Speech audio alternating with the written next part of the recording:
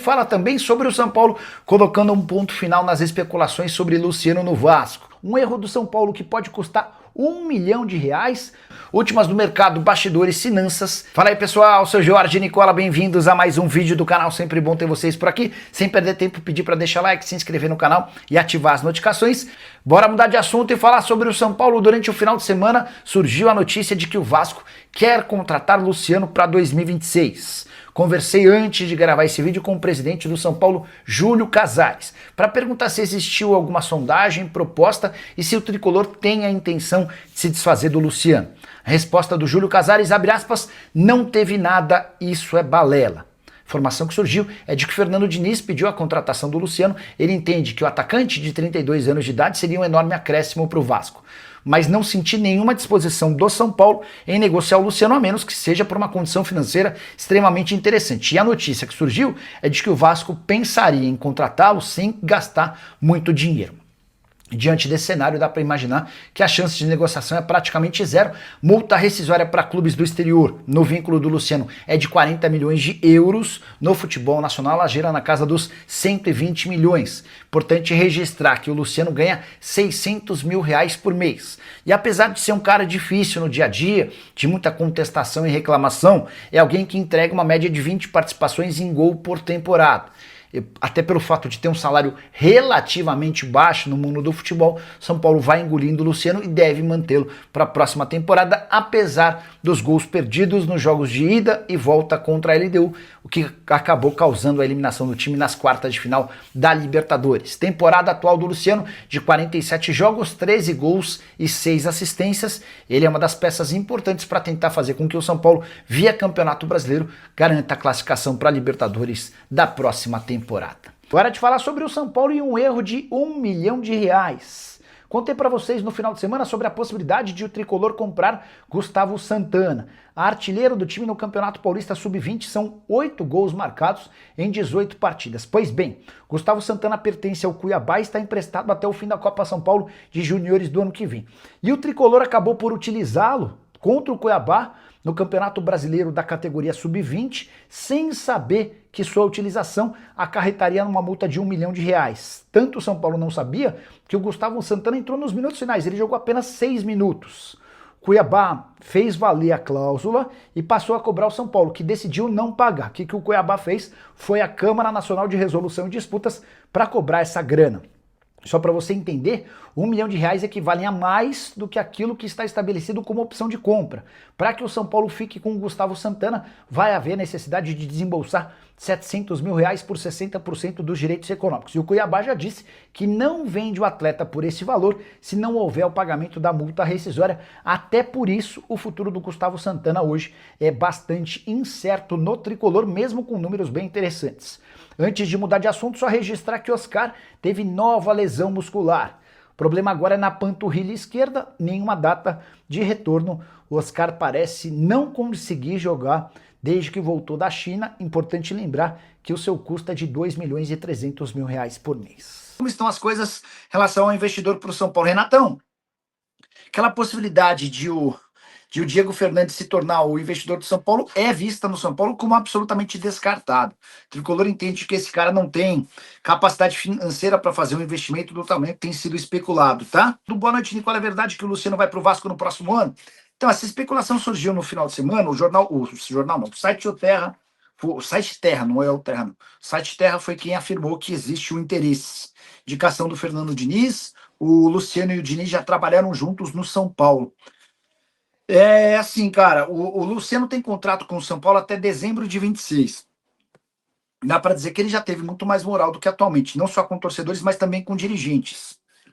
E essa perda de popularidade do Luciano passa muito pelos gols desperdiçados, especialmente nos 2 jogos contra a LDU. Mas não acho que é uma operação simples tirá-lo do São Paulo, não. Quer ver? Ó, deixa eu até ver o que o pessoal do São Paulo diz a esse respeito. Depois eu quero contar para vocês sobre o Gonzalo Tapia, tá? Alguém do Vasco procurou vocês para falar do Luciano? Você acha? Mandei aqui, vamos mandar essa, depois respondendo e a gente já manda uma próxima pergunta, tá? O Renato Prado escreve, Tapia está jogando muito, Nicola. Será que o São Paulo não deve dar mais oportunidades para ele jogar? O início foi bem ruim, né? Mas nos 2 últimos jogos pelo São Paulo foram 2 gols, contra Fortaleza e Palmeiras. Na Sul-Americana, não. Nas eliminatórias, ele inclusive deu assistência e esteve entre os melhores em campo na vitória do Chile contra o Peru 2-1. Hoje de manhã eu estava conversando com o presidente do São Paulo, o Júlio Casares, e perguntei sobre como é que funciona a questão do salário não, da opção de compra, né? Só para vocês entenderem, o Tapia está emprestado pelo River Plate ao São Paulo até junho do ano que vem.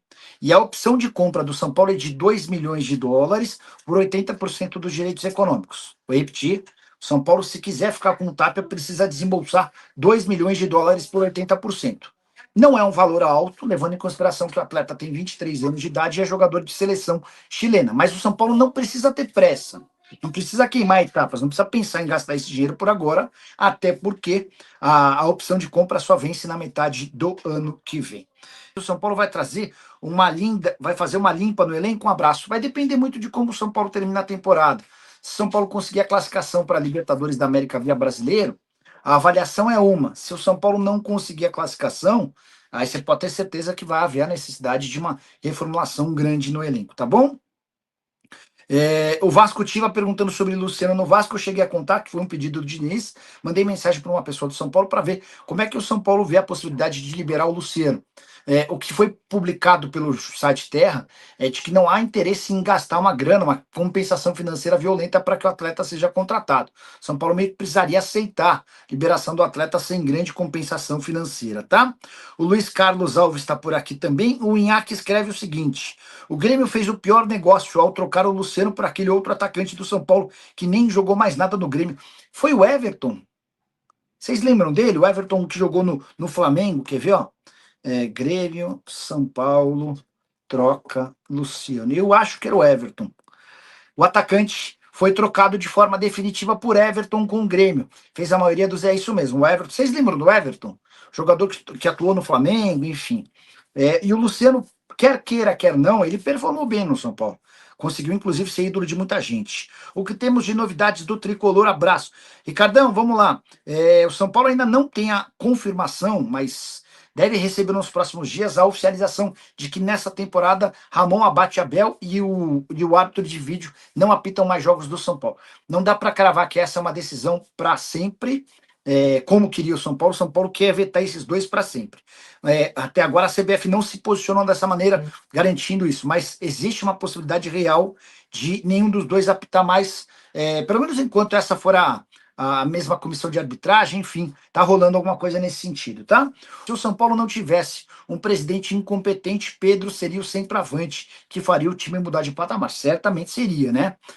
O problema é que para contratá-lo, o Flamengo vai pedir 15, 16, 18 milhões de euros, e hoje a realidade financeira do São Paulo não permite um investimento nem de 2 milhões de euros, né? Nestor fica no Bahia. Sérgio, tudo indica que sim, e comprado, tá?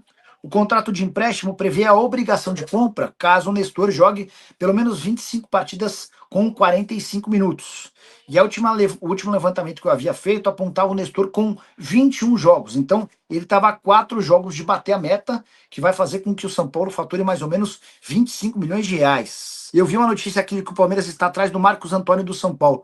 Cara, não vi em lugar nenhum, mas não acho nenhuma possibilidade disso acontecer, até porque o São Paulo tem a obrigação de compra em relação ao Marcos Antônio, tá? O Marcos Antônio pertence a Lazio, foi reemprestado ao São Paulo até a metade do ano que vem, e automaticamente no fim desse contrato o São Paulo é obrigado a comprá-lo por 27 milhões de reais. E o São Paulo vai exercer essa compra, até porque tem a convicção de que vai pagar 27, mas hoje o Marcos Antônio já vale no mínimo 50, tá bom?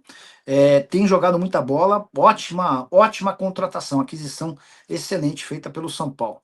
E se você ainda não é inscrito no canal, pelo amor de Deus, né? Se inscreve aí, tá? Nicola, o São Paulo no próximo ano não vai gastar ainda quando vamos contratar jogadores de nível. Não é na próxima janela, tá? O planejamento do São Paulo visava começar a poder gastar um pouquinho na metade do ano que vem. Isso se não for adiado. Possível até que precise adiar essa história.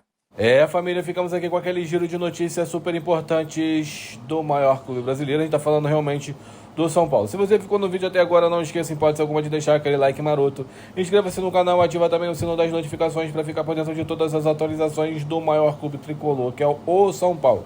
Combinado? A gente vai ficando por aqui naquele pico, naquele ritmo, dia agitadíssimo aí pra você, né, rapaziada? Dia 14, segunda-feira, é ótimo para que você seja muito bem intencionado. Valeu, um grande abraço, até o próximo vídeo. Fui!